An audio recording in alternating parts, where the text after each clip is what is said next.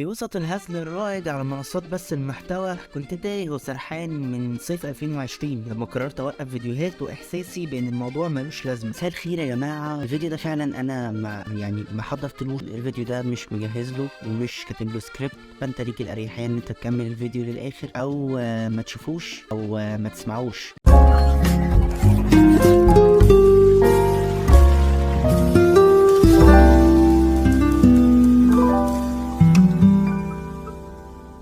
عارف لما 50 واحد ينصحك بحاجة بس انت شايف ان محدش فاهمك وان هم شايفين الامور دي بطريقة سطحية جدا، وان انت قراراتك في حياتك الشخصية اذكى واعمق من كده بكتير، ان انت بتكنترول حياتك صح وان محدش فيهم ليه الحق انه يتدخل في الحاجة دي، وان هم اصلا بينصحوك غلط لان هم عاشوا تجارب شبه دي بس معاشوش نفس التجربة اللي انت عايش، او الزمن بتاعهم كان مختلف عن زمنك. دي افكار كتير كانت بتندرج جوه دماغي او دماغ ناس كتير من نفس طبقة عمري وقتها او من نفس الفئة العمرية بتاعتي وقتها، وقت مرحلة او فترة ثانوية عامة. طبعا اي حد عاش فترة ثانوية عامة مش هيبقى فاكر حاجة في الفترة دي الا هي بس مراحل معينة كده، هي مرحلة التنسيق او مرحلة ظهور النتيجة اللي هو في الاول ده، او مرحلة الرهبة او الخطة بتاعت اول امتحان. بعد كده كل الحاجات التانية او الذكريات التانية ممكن تتلاشى من دماغه بعد ما يقضي اول سنة ليه في الكلية ولا حاجة. عن طريق تجربتي انا الشخصية، يعني ممكن ده ما يندرجش على ناس كتير. المهم يعني انا فاكر ان فترة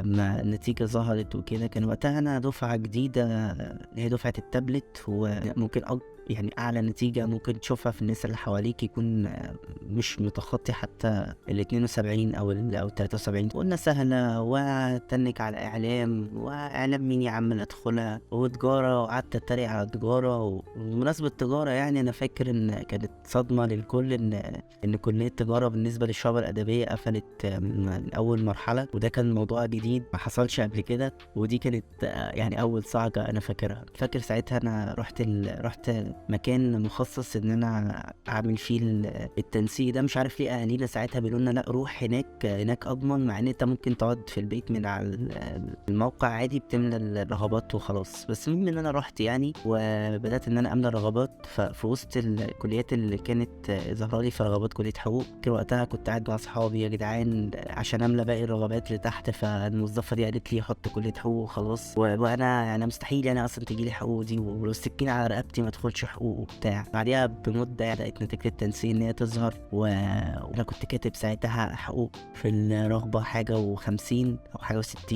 واصلا انا في الاول يعني ما شفت بطاقه ترشيح كده وقريتها لقيت مكتوب لي المنصوره انتساب موجه. انا قريتها اداب، بعدين ببعتها لواحد صاحبي فقال لي اصل انت في حقوق، فببص في البتاعه تاني لقيتها حقوق. كانت قهر عليا اللي هو فكره ان انا رايح مكان بعيد معرفوش، انا معرفش المنصوره دي بيتراح لها ازاي او مواصلاتها ايه وايه. قلت لا هو بص، هو حل واحد اللي بنلجأ له واللي قالوا لنا عليه، يعني اللي هو انك تعمل تقليل اغتراب وكده. طبعا مع حظي الجميل اللي دايما بيلحقني طول حياتي، يعني تقليل الاغتراب طول عمره ورقي، بتقدم ورق ان انت المكان ده بعيد عن مجالك الجغرافي او عن محافظتك، وبيتعمل تظلم بقى او التماس فبينقلوك اقرب كليه لمحافظتك وكده. لكن على حظي انا يعني كان تقليل الاغتراب بقى الكتروني، بقت كل حاجه من على الموقع. لا انت عشان تعمل تقليل اغتراب لازم مجموعك يكون جايب الكليه اللي انت عاوز تقرب لها، فبقى الموضوع اشبه بتنسيق مش بتقليل اغتراب خالص. فهي دي الفكره، يعني ما عادش فيه تقليل اغتراب اللي هو المتعارف عليه العادي ده. فبرضه جيت عشان اعمل تقليل الاغتراب فما طلعليش الكليات اللي انا بصراحه يعني اطمح ان انا ادخلها قوي. كان بالنسبه لي حقوق ارحم بكتير، يعني يا عم سهله اقعد اول سنه وبعدين حاول الزقازيق ولا حاجه. وكنت لسه طبعا ما اعرفش ان الزقازيق حاجه والمنصوره حاجه وده نظام وده نظام، لسه على الله بقى مش عارف اي حاجه في الحاجات دي. فخلاص يعني قررت ان انا هعمل كده وان انا هقضي اول سنه دي في المنصوره. قبل بقى ما احكي انا ايه الدنيا كانت ماشيه معايا في المنصوره او الحياه كانت عامله ازاي، او ايه اللي هواجهه في المنصوره، ايه اللي ممكن يظهر لي في المنصوره، انا بحكي التجربه دي علشان يعني لو حد بيتمنى حاجه او نفسه في كليه محدده او حاجه معينه. بص، هو حاجة كويسة ان انت عندك كلية نفسك فيها أو هدف يعني أنت بتطمح ليه، وحاجة كويسة إنك تكرس كل وقتك ومجهودك إن أنت توصل للحاجة دي، بس ما تخليش إن ده محور الكون بالنسبة لك، أو إن ده خلاص أنت لو ما وصلتلوش الحياة اسودت وقفلت في وشك. ممكن تكون سمعت الكلام ده من ناس كتير، أو لو أنت عايش فترة ثانوية عامة دلوقتي أنت بتسمع الكلام ده بصيغة مستمرة، بس صدقني يعني قدام شوية لما تخلص الباكج الكبيرة بتاعت ثانوية عامة دي هتكتشف ان هو ده الكلام اللي كان صح. المهم نرجع نكمل موضوعنا. شديت الرحال وقررت ان انا اروح المنصورة. نزلت الموقف وبدأت أسأل الناس على الطريق إن أنا أروح فيه المنصورة، يعني أروح إزاي وكده، واكتشفت إن هو مفيش غير مواصلة واحدة، هي عبارة عن ميكروباص فيه شوية مسامير مترصصة قدام بعض على هيئة كراسي بتقعد عليها طول الطريق ما تفتحش بق. بالإضافة على كده إن في شوية عساكر دايما بيبقوا معاك لو أنت بتتحرك الصبح بدري، ما بيبطلوش رغي طول السكة، ولو أنت مخطط إن أنت تنام يعني أو كده الأوبشن ده مش موجود. وسألت على الطريق، يعني الطريق بياخد قد إيه، قالوا لي من 2.5 ل3 ساعات. فعلا من 2.5 ل3 ساعات كنا وصلنا الريست، وبعد الريست قعدنا ساعتين وصلنا المنصورة. كان طريق جميل جدا ما فيهوش اي شيء متعب. انا بكذب حاليا بس مش عايز اتذكر حاجه زي كده. المهم وصلت المنصورة وكنت متفق مع طلاب معايا يعني بس دفعات اكبر مني ان هم هيقابلوني هناك وكده ويعرفوني الجامعه شكلها عامل ازاي وبتاع. من لحظه دخولي الجامعه وان انا خلاص وقتها بقى فرحه البدايات ان انا بقيت طالب جامعي وبتاع، طبعا لما دخلت شفت المكان الواسع والمجتمع الغريب ده، يعني ناس من كل اشكال وانواع ممكن تتخيلها، غير ان الجامعه دي طلعت حاجه كبيره قوي وواسعه كده وملهاش اخر. وانا يعني في اللحظه دي فعلا حسيت ان كل اللي فات ده كان بلا قيمه، يعني رميته ورا ظهري ما افتكرتوش اصلا. يعني بجد انا قعدت احرق في قلبي، كنت متضايق وانا داخل على العالم ده. كميه مشاعر وقتها كانت متضاربه جوايا، اللي هو انا مش عارف انا رايح على المجهول، انا مش عارف انا هعمل ايه، يعني انا فين هنا، ولا انا هقضي وقتي ازاي يعني، ولا هل انا هقابل حد يعني نفس ظروفي من محافظتي وبرضه متدعفل زي كده في حته بعيده، ولا انا مطمن وفي نفس الوقت قلقان، يعني انا متحمس وفي نفس الوقت خايف. يعني انا رايح على مجهول، انا داخل على نظام جديد، حاجه مختلفه نهائي عن اللي انا متعود عليه، انا داخل ادرس حاجه انا ما كنتش متخيل ان انا ممكن ادرسها، والدنيا دي هتبقى عامله ازاي، وانا هوفق ده ازاي، طب والطريق، طب وكل الافكار دي جوه دماغي وحاجات كتير كده جوه بعضها. بس اللي انا فاكره كويس قوي ان انا عيني كانت بتلمع وسط المنظر اللي انا شايفه، وان انا خلاص يعني نسيت كل اللي ورايا ده وما عادش فارق لي ايه نوع الدراسه اللي هدرسه، بس انا خلاص يعني خلصت من جو ثانويه عامه، واخيرا انا هبقى طالب وهبقى بقى بروح الكليه وارجع وحاجات اللي انا كنت متحمس لها وقتها دي.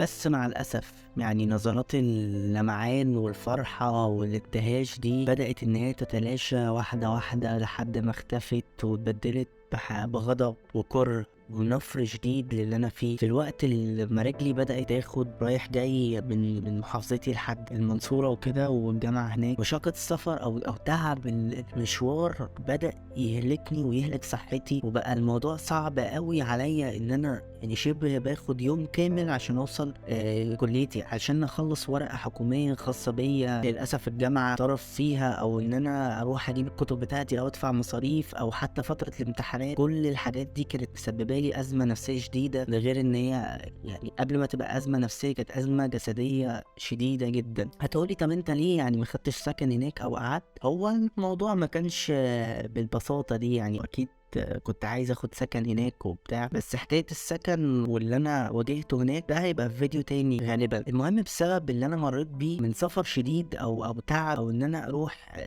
يعني اكتر من 10 ساعات رايح جاي عشان بس اقعد ساعتين بتوع محاضره ولا اعمل اي حاجه، جسمي ما كانش بيبقى مستعد اصلا ان انا اقعد احضر المحاضره او اعمل اي حاجه في الكليه من هلك وتعب السفر. وده اللي وصلني لحاله من الكره الشديد للجامعه والكره الشديد للكليه، وفي وسط الكليه كانت موفره لي مزايا كتير او حاجه جديده كنت عايز اجربها، للاسف ما حسيتش بالمتعه بتاعتها زي غيري من اللي كان حظهم احسن مني شويه في ثانويه عامه. لو جينا اتكلمنا من ناحيه الدراسه، انا مع الوقت لما بدا الترم او الدراسه تبدا وكده لقيت ان المواد اللي باخدها في الكليه قريبه شويه من المواد اللي انا كنت بحبها في ثانويه عامه او اللي انا كنت شاطر فيها في ثانويه عامه، فكان الموضوع حلو بالنسبه لي. حسيت ان انا فعلا بتعلم، او الحاجات اللي انا بدرسها في المناهج دي ممكن اطبقها على حياتي فعلا، مش شرط يعتبر كلام محشي جوه كتب بحفظه او بذاكره وخلاص. لا بقى الكلام اللي انا بحفظه وبذاكره ده اقدر اطبقه على حياتي العمليه، واقدر افهمه قبل ما احفظه، واشوف انا ممكن اطبقه في ايه. وان انا فكره ان انا خلاص انا الكلام اللي انا باخده ده هطبقه في حياتي العمليه بعد كده، يعني بتخرج من الكليه دي واشتغل منها، ده اللي هطبقه في حياتي بعد كده. يمكن المنهج بتاع الكليه اللي انا قلت لو السكينه على رقبتي مش هدخلها غير مفهومي وتفكيري او نظرتي للكليه دي، بل بالعكس خلاني احبها اكتر وابقى شغوف للمواد بتاعتها اكتر، لان انا حسيت ان المواضيع اللي تناولها المناهج بتاعت الكليه دي حاجه انا اصلا كنت شغوف ان انا اقرا فيها او اعرفها. فالموضوع فعلا يعني كان حاجه مش على دماغي خالص ولا محتسبها، بس تحولت لحاجه انا بحبها جدا وحابب ان انا اركز فيها كويس. ده ما كانش التخصص اللي انا نفسي ادرسه، ولا كان الحاجه اللي انا مخطط لها وقت ما كنت في ثانويه عامه نهائي، يعني ملوش اي علاقه. دي حاجه في الشرق وانا كنت بفكر في حاجه في الغرب. سبحان الله، يعني كل ما الحياه بتعدي كل ما بحس اكتر ان لا، ربنا بيكتب لي الحاجه اللي فعلا انا هصلح فيها. اي نعم، انا وقت نتيجتي ما ظهرت ولقيت النتيجه اللي انا كنت جايبها غير مرضيه للمكان اللي انا كنت عايز اروح ادرس فيه،